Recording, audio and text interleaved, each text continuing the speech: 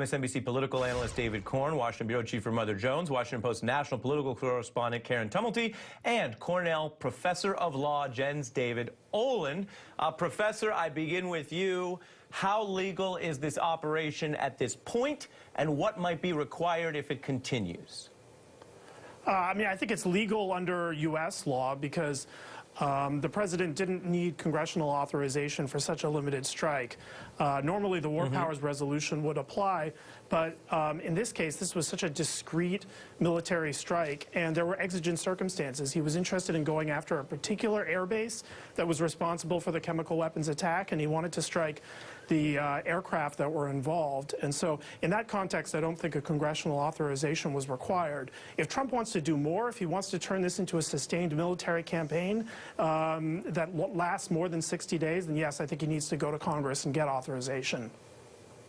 And that timeline seems to be key. And Karen, this is obviously broader than just constitutional law. The role of Congress is key as both a legal and political matter. Here's Senator Tim Kaine making the case that this has to happen now.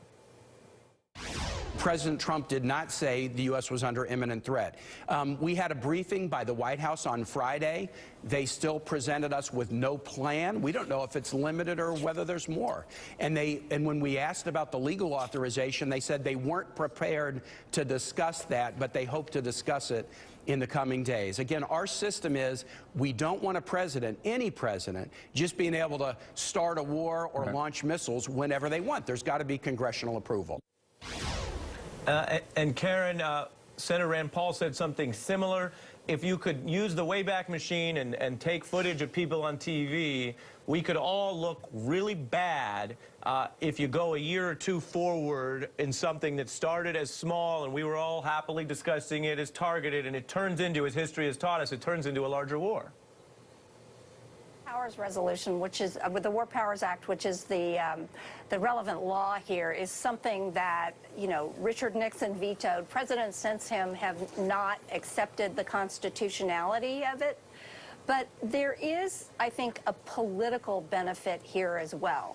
If you go to Congress, you force a national conversation that really does clarify what the goals are here and how far the country is willing to go to achieve those goals.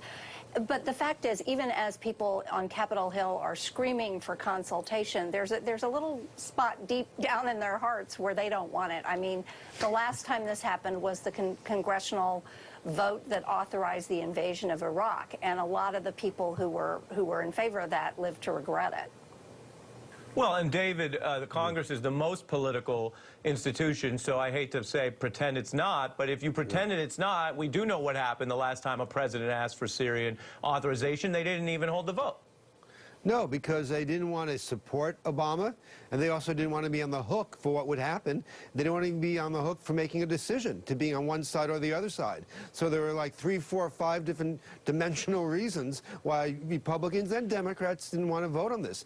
I do think that, you know, we've been debating this for decades now, that you can make a case that this was not an emergency act of war. There was no imminent threat. And here is the type of thing that the president should have not formally, at least informally, talked to Congress about, because also there was no rush to do this. It could have taken a day or two later. With Donald Trump, it really seems as if in this instance it was aim, fire, ready, something, whatever, fire, now, do it, go. And without having a larger policy, we see Rex Tillerson and Nikki Haley in the last 24 hours saying things diametrically opposed about what the policy is. So talking to Congress might have been a way to make sure they kind of had an idea of where they were going forward, whether it was constitutionally required or not. But well, David, Professor, speak to David. Go ahead, Karen. Well, I was saying, though, David, isn't this almost by definition contingent on what, you know, what the Syrians do going forward, what the Russians do going forward? Yeah. I think at this point it really is hard to sort of come up with a long-term strategy when so much of what is going to happen really hinges on kind of facts on the ground. But it is an act of war. We've attacked another government. I'm not saying it's a bad thing, but that's, you know, usually takes a little deliberation, or at least should have some deliberation to it.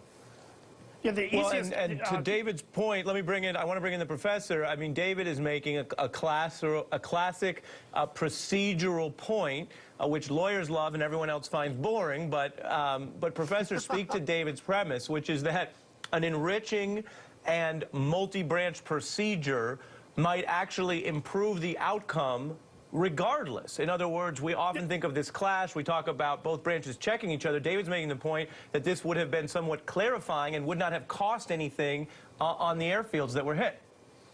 Well, I mean, I don't know whether or not Trump could have pursued that particular military strike a week later, but I think David's larger point is correct, that the more support you have in Washington, D.C. and across the country for a military campaign, the better. And I think that I don't think there's a lot of political cost for Trump going to Congress and getting an authorization. I think that if he sought an authorization, I think he would get it, and that's largely because what was problematic for Obama, and the reason why Obama could never get another authorization, is because he was really squeezed between two opposite sides. On the one hand, there were a whole bunch of anti-war doves who didn't want to authorize any military action at all because they were sick and tired of military action in the Middle East. And on the other hand, there were a group of hawks who wanted to give too much authorization and too much authority to Obama, and he was really reluctant to accept an authorization that had no constraints in it and no checks and balances. And so, you know, he was sort of caught in the middle between these two parties. Trump isn't going to have the same problem because he's really not going to be concerned about having too much authority.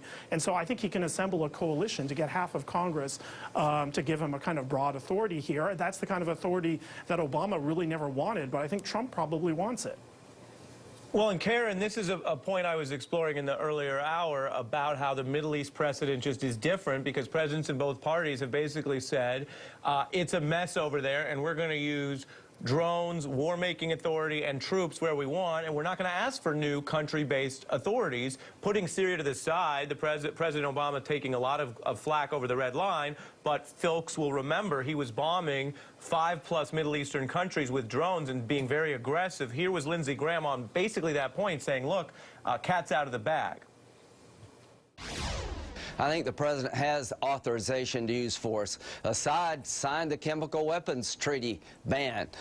There's an agreement with him not to use chemical weapons. You think that Syria, a sovereign country that is not mentioned at all in the current war authorization, it is somehow you can send troops into that sovereign nation without having to have Congress grant the president more authority there? I think you're in the minority view on that. Don't you think, Senator? No, we already got troops on the ground. I don't see anybody saying cut off funding. If you don't like the 1,000 American troops that are helping to destroy ISIL, cut off funding. Yeah. Karen, the point there being a practical one, while you were sleeping, Lindsey Graham saying to the country, we're all over the Middle East. That's right. That's right. And certainly, you know, this has been the nature of it is warfare over there. But there's some other factors in here. One is there's a much heavier Russian presence in Syria than there was when Barack Obama was trying to make his decision. And we do have, as Senator Graham mentioned, this chemical deal that the Obama administration thought they had has now been proven to have they didn't have, that he does have these weapons. So again, I think there are a number of factors here that do argue for, you know, again, depending on what happens in the next week, the next 2 weeks, what happens when Rex Tillerson goes to Russia, it does argue for everybody to take a breath and really think about, you know, what exactly we are trying to achieve here. Well, that's... David, briefly. Yeah.